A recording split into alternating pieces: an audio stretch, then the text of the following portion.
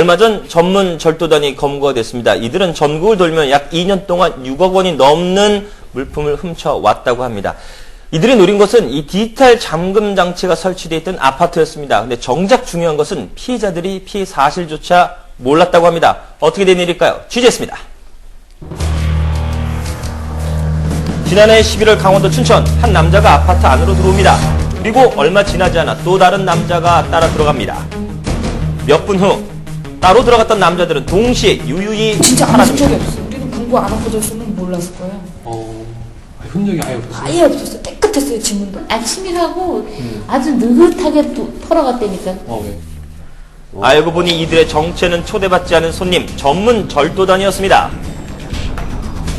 심지어는 뭐 피해자들 중에 일부는 피해 사실 자체를 모르고 있는 사람이 많았어요. 말 그대로 조용히 왔다 갔군요. 다수의 피해자들은 물론 경찰들조차 혀를 내두를 정도로 깜쪽같이 집을 턴 3인조 절도단.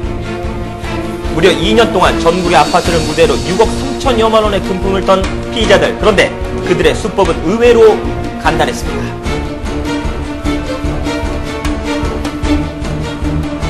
네, 과연 어떤 수법이었길래 그동안 수사망을 피해 다녔는지 담당 경찰서를 찾아가 봤습니다. 전국을 무대로 그 디지털 도어록에 설치된 아파트에 들어가서 현금 및 귀금속 약 103회에 걸쳐서 한 6억 3천만 원 상당을 절취한 사건입니다.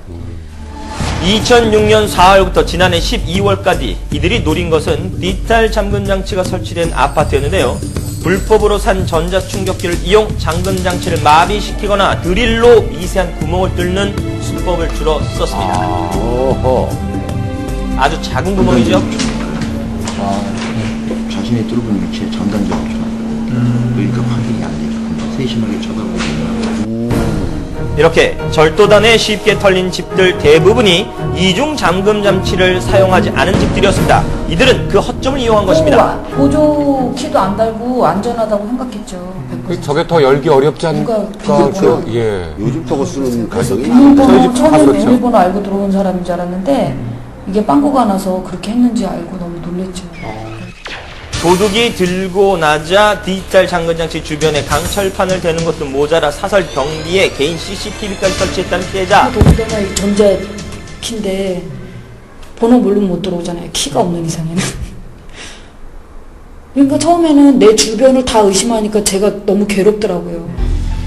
또 다른 피해자 역시 심각한 후유증을 겪고 있었습니다. 특히 이곳은 잠금 장치가 전자 충격기 힘없이 열려 그 충격이 더 컸습니다. 이거를 이렇게 올리면은 여기 불이 들어오잖아요. 근데 지금도 불이 안 들어와요. 그 이후로는. 그 불이 안 들어오더라고요. 그래갖고 제가. 네, 전자 충격에 의해서 기능이 마비된 디지털 잠금 장치. 더군다나 외부 그 손상의 흔적은 전혀 찾아볼 수 없었기 때문에 당시 피해자는 도둑이 든지도 몰랐다고 합니다. 뭐 어디가 뭐 망가지, 어디 뭐 울었대던가 이런 것도 없어요.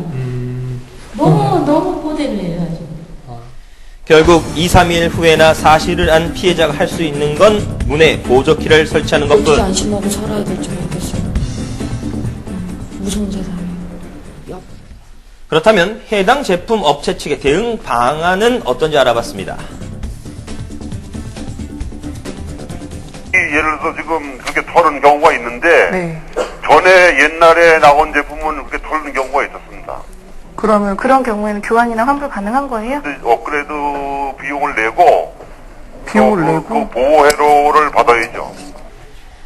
우리나라에서 디지털 잠금 장치가 시중에 판매되기 시작한 건 1996년부터라고 합니다. 현재 약 400만 가구 이상이 사용하고 있는데요. 하지만 이제 막 걸음마를 뗀 상태인 만큼 그동안 디지털 잠금 장치에 관한 문제점들이 많이 지적되어 왔습니다.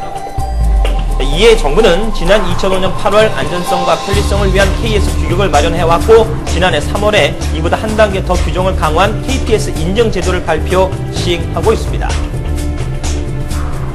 최근에 나온 제품들은 자율 안전 확인 표시 즉 KPS 인증 제도에 합격해야만 제조 판매가 가능합니다.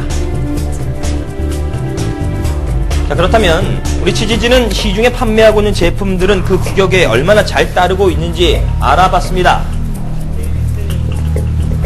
이거는 뭐 망치로 때려서 그냥 때려버리면 끝나는 거예요. 네.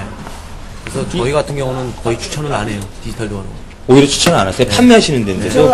쓰시는데 편할 뿐이지 네. 보안성은 그렇게 없어요.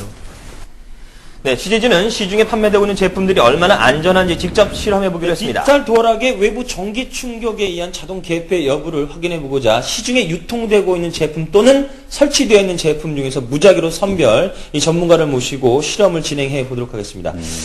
박사님, 일단 이 디지털 도어락이라는 제품이 전기 충격에 약한 제품입니까? 그렇지는 않습니다. 하지만 일부 제품 중에서 그 회로 보호 장치가 내장되어 있지 않는 제품은 전기 충격에 열릴 수가 있습니다. 예. 그럼 이 제품 중에서 어떤 제품들이 이 충격에 의해서 열리게 되는지 실험을 직접 해보도록 하겠습니다. 네, 실험 방법은 이렇습니다. 시중에 판매되거나 가정에 설치되어 있는 제품들 중 무작위로 6개 제품을 선정, 전기 충격을 가해보는 방식인데요. KS 규격에 따라 3만 볼트의 전기 전자 충격을 줬을 때 견뎌내야 안전한 제품이라고 할 수가 있습니다.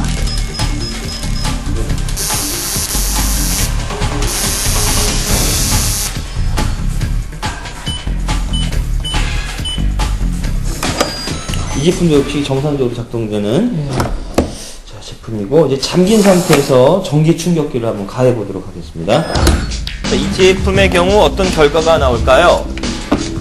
자, 갖다 대자마자 잘 보십시오.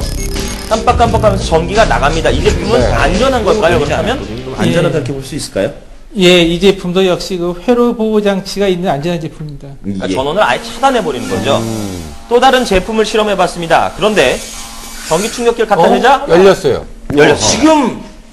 지금 문이 이제 열리게 된 거죠, 지금 상황이. 예. 아, 그럼 이거는 이 전기 충격기에 의해서 회로가 오죽당한 건가요? 글쎄, 이 전기 충격에 의해서 일단 열렸다고 볼 수 있습니다. 분해해봐야 알겠지만은 이 상태에서는 그 회로 보호 장치가 없는 거로 추측됩니다. 네, 이날 실험 결과 6개 제품 중 1개만이 불량 상태, 대부분 양호한 것으로 나타났습니다. 제품에서 KS 마크나 네. KPS 인증 마크를 확인해 보시고 네. 만약에 인증 마크가 없으면은 네. 그 해당 업체에 전화를 하셔서 네. 그 회로 보호 장치가 있는지를 문의하시고 네. 그게 안 돼 있다면은 AS 업그레이드 신청을 하시는 게 좋습니다. 네, 기존 아날로그 방식보다는 편리하고 튼튼할 거라고 믿고 있는 디지털 잠근 장치. 그런데 너무 맹신하고 계시지 않습니까? 아무래도 안전성보다는 편리성에 더 그 중점을 둔 그러한 장치입니다. 다른 보조 장치로서 더 잠금 장치를 사용하시거나 아니면은 항상 그 보안에 신경을 주셔야 됩니다. 예, 저희 집도 그 아래쪽에 열쇠, 보조장치가 있는데, 이제 열쇠 갖고 다니까 불편하니까 귀찮잖아요. 디지털만 네. 잠그고 다니거든요. 예. 근데 이거 좀 오늘 가서 확인을 좀 해봐야 되겠는데요? 네, 예. 지난해 3월입니다. 정부에서는 이 디지털 잠근 장치의 새 안전 규격을 마련을 했습니다. 이 문제가 된 것으로 보이는 제품들은 2007년 3월 이전에 생산된 일부 제품으로 지금 추정이 되고 있습니다. 예. 일단 중요한 것은 안전 아니겠습니까? 여러분 댁에 있는 이 안전 장치가 어떤 회사 것이고 이게 업그레이드가 돼 있는지를 좀 확인하셔서 안 돼 있다면 앞서 들으신 것처럼 전기 회로 장치에 대한 업그레이드를 꼭 받으셔야 될 것 같습니다. 또한 이 비밀번호를 자주 변경한다든가 이중 잠금 장치를 설치한다는 등 이렇게 안전의 생활화가 좀 필요할 것으로 보입니다. 예. 그래요. 예. 사용에는 편리할지 몰라도 보안에는 문제가 있을 수가 있으니 꼭 확인해 보시기 바랍니다. 그래요. 예.